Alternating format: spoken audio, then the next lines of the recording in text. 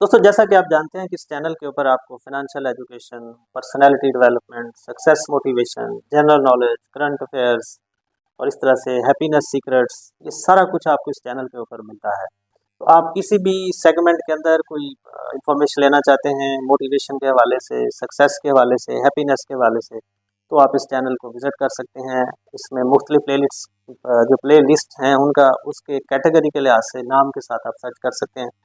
तो आज की वीडियो भी बड़ी इंफॉर्मेटिव और बेनिफिशियल होगी आपके लिए, मुझे पूरा यकीन है, क्योंकि इसमें मैं आपको आज बताने वाला हूँ अ, जो पंजाब गवर्नमेंट की तरफ से एक आसान कार्ड की शक्ल में कारोबार के लिए 10 लाख तक का मार्कअप फ्री लोन जो है वो ऑफर कर रही है, जिसके ऊपर आपको यानी कि 0% मार्कअप है और आप ये 10 लाख रुपया हासिल कर सकते हैं और 3 साल तक आप इसको वापस करेंगे। इसकी पूरी डिटेल्स, कैसे अप्लाई करना है, कौन सा बंदा एलिजिबल है और एक बंदा कितनी एप्लीकेशन दे सकता है, कैसे यूज़ करना है, ये सारा कुछ मैं आपको बताऊंगा। तो आपने गौर से सुना है। फिर भी आपको कहीं पे कोई चीज़ की समझ ना आए, कहीं पे कोई आपका क्वेश्चन हो, तो बिला झिझक आप कमेंट्स में वो अपना क्वेश्चन लिखें और आपको उसका जवाब मिल जाएगा। तो इसको स्टार्ट करते हैं। तो ये जनाब, आज की वीडियो में जो स्कीम मैं आपको बता रहा हूँ, ये है पंजाब गवर्नमेंट की जो आसान कारोबार कार्ड स्कीम है, इसके हवाले से है। इसमें सबसे पहले तो मैं आपको बताऊंगा इसकी की फीचर्स क्या है, ताकि ये बेसिकली है क्या और कैसे मिलेगा। उसके बाद फिर मैं आपको इसका क्राइटेरिया बताऊंगा, कौन सा बंदा अप्लाई कर सकता है, और तीसरी चीज़ फिर होगी कि अप्लाई कैसे करना है। तो की फीचर में सबसे पहली चीज़ तो यह है कि मैक्सिमम जो लिमिट है इसकी ये 10 लाख है, यानी कि 10 लाख से ऊपर आप अवेल नहीं कर सकते और इसका टेन्योर होगा 3 साल के लिए। अच्छा, इसके अंदर भी एक दो ज़रा ब्रीक से पॉइंट है, वो आपने ज़रूर समझने हैं। तो ये आपको सारे का सारा वन टाइम में ये नहीं मिलेगा, और दूसरी चीज़ ये है कि कैश नहीं मिलेगा आपको। ये 10 लाख में से अगर आपका जितना अप्रूव होता है, यानी कि 10 लाख मैक्सिमम लिमिट है। ज़रूरी नहीं कि आपको पूरा 10 लाख ही मिलना है। वो जो भी आप जैसे ही आप एप्लीकेशन ऑनलाइन अप्लाई करते हैं ना, तो वहाँ पे आपकी वो बिज़नेस को देखते हुए जो वेरिफिकेशन होगी उसके अकॉर्डिंगली जितनी अमाउंट के लिए आप क्वालिफाई करेंगे वो अमाउंट मिलेगी, और जितनी अमाउंट आपको मिलेगी उसका 25% आप सिर्फ कैश यूज़ कर सकते हैं। बाकी जो होगा वो कैसे यूज़ करना है ये भी मैं आपको बता देता हूँ। एक तो इसमें ज़हन में रखें कि टेन्योर है इसका 3 साल का, और लोन टाइप है रिवॉल्विंग क्रेडिट। रिवॉल्विंग क्रेडिट इसलिए इसको कह रहे हैं कि इसमें वन टाइम पे आपको पूरी पेमेंट नहीं दी जा रही, और इस तरह से ना ही आपने वो इकट्ठी आपकी किस्तें बननी है। इसमें इनिशियली आपको 50% जारी होगा लोन, और वो आपने 1 साल की किस्तों में रीपे करना है, यानी कि 3 महीने का ग्रेस पीरियड होगा, फिर जो नेक्स्ट आपने 12 किस्तों में पे करना है। और अगर आप वो रेगुलर उसको पे कर देते हैं तो रिमेनिंग अमाउंट फिर आपको जो मिल जाएगी वो आपने 2 सालों में यानी वो 24 किस्तों में वापस कर देना है। ग्रेस पीरियड 3 महीने का होगा। अच्छा, अब सवाल ये पैदा होता है कि अगर 25% कैश यूज़ कर सकते हैं तो बाकी जो 75% अमाउंट होगी वो कैसे यूज़ होगी। तो वो दोस्तों, आपने कोई चीज़ किसी से परचेज़ की है तो आप उस वेंडर को पेमेंट कर सकते हैं, सप्लायर को पेमेंट कर सकते हैं, यानी जिससे आप माल खरीद रहे हैं, जिससे आप कोई प्रोडक्ट परचेज़ कर रहे हैं, वो डायरेक्ट आप उसको पेमेंट करेंगे कैश। इसका मकसद क्या है कि ये मिसयूज़ ना हो, ऐसा ना हो कि आप पूरा कैश निकलवा के उसको यूज़ कर लें और फिर उसको रीपेमेंट करना मुश्किल हो जाए। ज़ाहिर है जब बिज़नेस में लगेगा तो रीपे करना आसान हो जाता है। और यूटिलिटी बिल्स आप अपने पे कर सकते हैं, जो बिज़नेस के हैं वो आप पे कर सकते हैं। यानी इसको जो प्रोसीजर बनाया गया है कि आप पेमेंट सिर्फ डिजिटल करें, हार्ड कैश जो है वो सिर्फ आप 25% ले सकते हैं छोटी मोटी ज़रूरियात के लिए, बाकी ये इसकी होगी की फीचर्स। आई होप कि इसमें आपको ये एम्बिग्विटी नहीं होगी।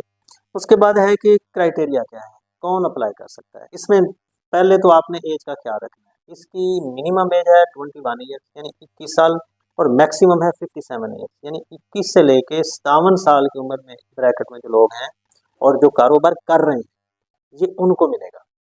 अच्छा, और दूसरा स्मॉल जो एंटरप्रेन्योर होते हैं, यानी छोटे जो दर्जे के हैं ना कारोबार लोग जो कर रहे हैं, सिर्फ उनके लिए ये होगा।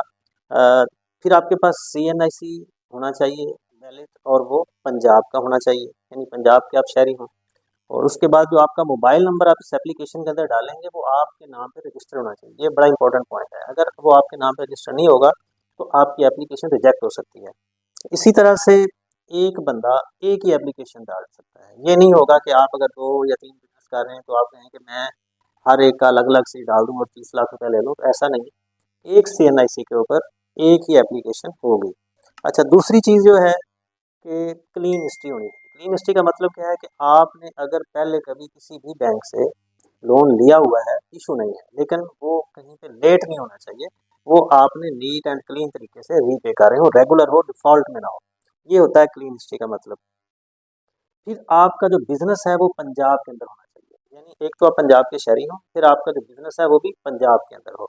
तो ये इसकी बेसिक सा क्राइटेरिया है, जो मतलब आप अगर मीट करते हैं तो आप यकीनन अप्लाई कर सकते हैं। अच्छा, अब इसकी अमाउंट का भी बता दिया, यूज़ कैसे करना है वो भी बता दिया। अच्छा, अब अप्लाई कैसे करना है वो भी मैं आपको बता देता हूँ। ये जनाब आपने कहीं नहीं जाना, ऑनलाइन आप जाएँ, आसान वाली है कि गूगल पे चले जाएँ, वहाँ पे इसको टाइप करें पंजाब आसान कारोबार कार्ड, या सीएम पंजाब लिख के आप आसान कारोबार कार्ड लिखेंगे तो ये वो पोर्टल ओपन हो जाएगा। वहाँ पे जाके आपने इसको ऑनलाइन अप्लाई कर देना है।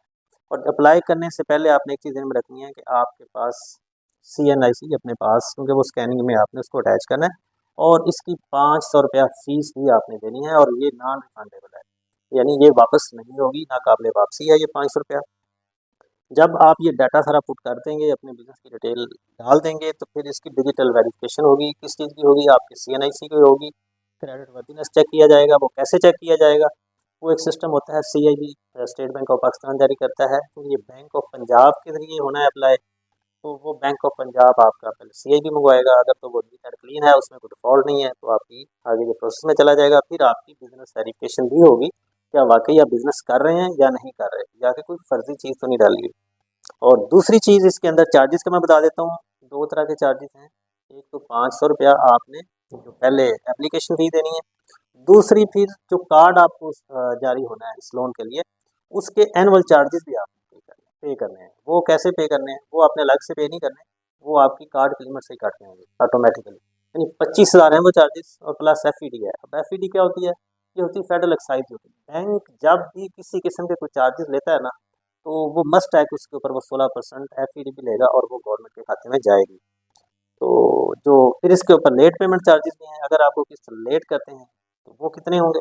ये पंजाब बैंक जो है, या बैंक ऑफ पंजाब है, उसका जो SOC है, शेड्यूल ऑफ चार्जेस, जिस तरह से आप जानते हैं हर बैंक का होता है, तो वो उसके मुताबिक जो भी वो आपके ऊपर अप्लाई करेगा।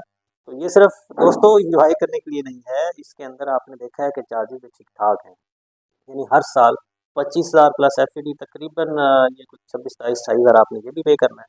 और फिर 500 रुपया तो आपने पहले दे ही दिया। तो दोस्तों ये तो आपको पता है कि फिर कोई भी प्रोजेक्ट होता है तो उसके अंदर कोई रेवेन्यू इकट्ठा करने का भी कोई तरीका होना चाहिए ना। ये तो आप खुद समझते हैं। तो आई होप कि आपको ये इसकी अंडरस्टैंडिंग होगी। फिर भी अगर आपको कहीं पे कोई इंफॉर्मेशन चाहिए, कहीं पे कोई आपकी क्वेरी है, तो ज़रूर